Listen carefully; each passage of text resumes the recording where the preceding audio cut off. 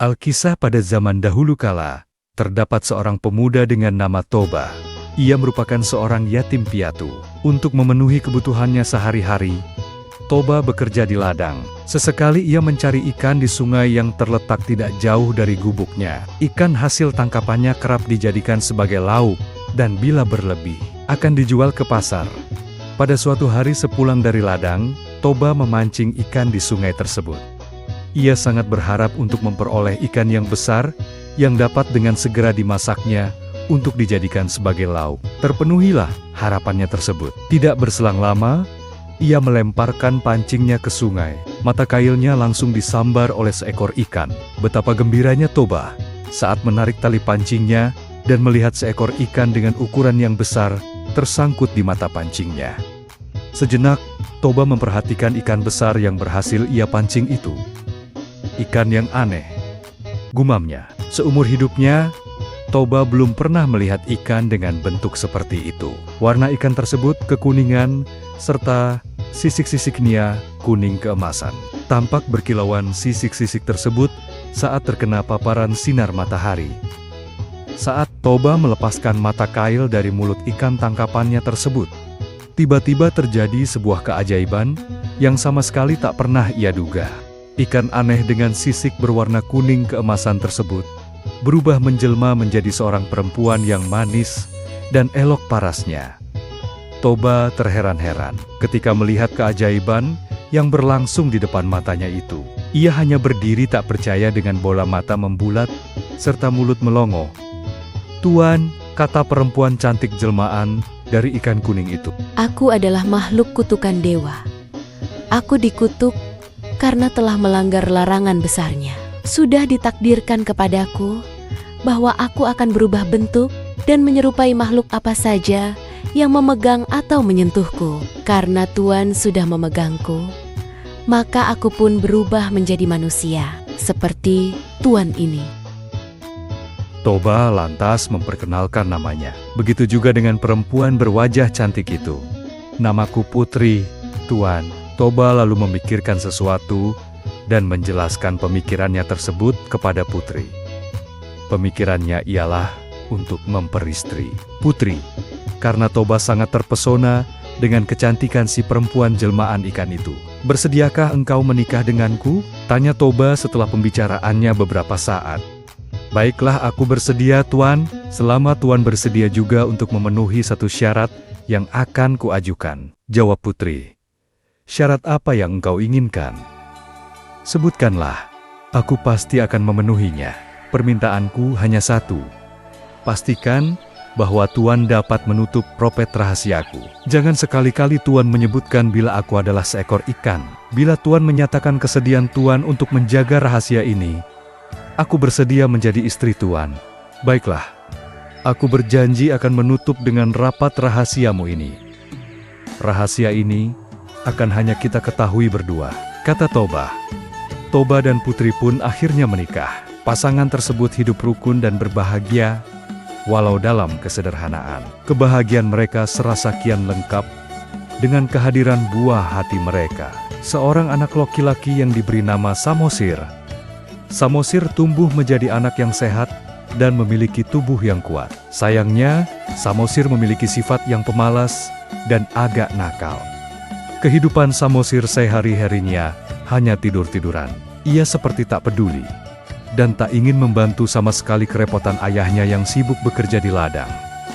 Bahkan, untuk sekadar mengantar makanan dan minuman untuk ayahnya pun, Samosir seringkali menolak bila diminta. Seandainya mau, Samosir akan melakukannya dengan malas-malisan dan wajah yang bersungut-sungut. Kian hari, kian bertambah malas kelakuan Samosir.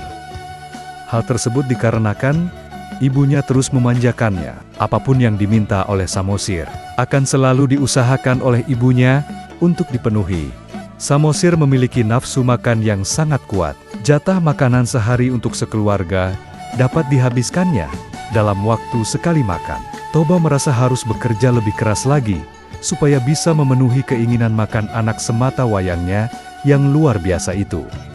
Pada suatu hari, Samosir diminta ibunya untuk mengantarkan makanan dan minuman untuk ayahnya yang sedang bekerja di ladang. Samosir yang sedang bermolis melesen pada mulanya enggan untuk menjalankan perintah ibunya tersebut. Meski demikian, setelah ibunya memaksa dengan terus-menerus, akhirnya Samosir bersedia untuk mengantarkan makanan dan minuman tersebut.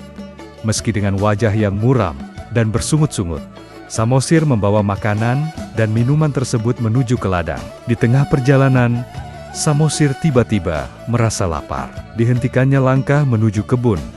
Samosir lalu memakan makanan yang seharusnya akan diberikan untuk ayahnya tersebut. Makanan itu tidak dihabiskannya semua, dan hanya disisakan sedikit. Dengan makanan dan minuman yang tersisa sedikit itu, Samosir lalu melanjutkan perjalanannya menuju ke ladang.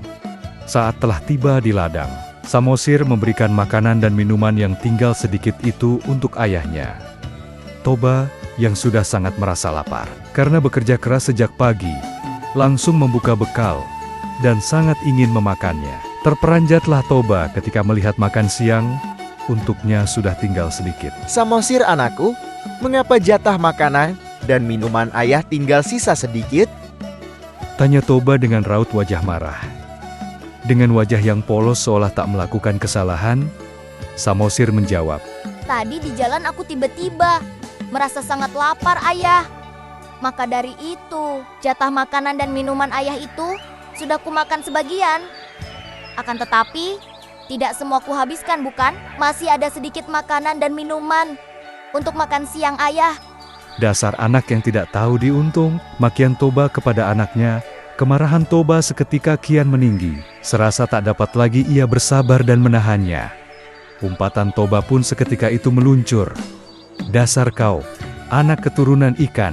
Samosir sangat ketakutan dan terkejut ketika mendengar umpatan dari ayahnya. Ia dengan cepat langsung berlari ke rumah sembari menangis. Pada saat sudah sampai di rumah dan bertemu dengan ibunya, Samosir langsung menceritakan semua cacian dan makian dari ayahnya yang menyebutkan bahwa dirinya adalah keturunan dari seekor ikan. Mendengar pengaduan dari anaknya itu, ibu Samosir menjadi sangat sedih. Tak disangka, bila suaminya yang sangat ia sayang, telah melanggar sumpah untuk tak menyebutkan bahwa putri adalah makhluk yang berasal dari ikan. Tak berselang lama, Samosir dan ibunya saling berpegangan tangan. Dalam hitungan sekejap, kedua ibu dan anak itu menghilang, dan keajaiban pun terjadi. Pada bekas pijakan kaki Samosir dan ibunya, tiba-tiba menyembur air yang sangat deras. Dari dalam tanah, air yang disemburkan keluar seakan tiada henti. Semakin lama tak semakin berkurang semburan air tersebut, malah semakin besar adanya. Dalam waktu yang cepat, permukaan tanah di daerah itu pun tergenang. Permukaan air kian meninggi, dan tak berapa lama kemudian, lembah yang digunakan oleh Toba sebagai tempat tinggal pun sudah penuh dengan genangan air. Hingga pada akhirnya, terbentuklah sebuah danau yang sangat luas di tempat itu. Penduduk sekitar lalu menamakan danau tersebut sebagai Danau Toba. Adapun pulau kecil yang terletak di tengah-tengah Danau Toba itu disebut sebagai Pulau Samosir, sebagai penanda bahwa itu merupakan tempat di mana Samosir dan ibunya berpijak untuk terakhir kalinya. Itulah kisah asal-usul Danau Toba, versi cerita rakyat Sumatera. Terima kasih telah menonton video ini.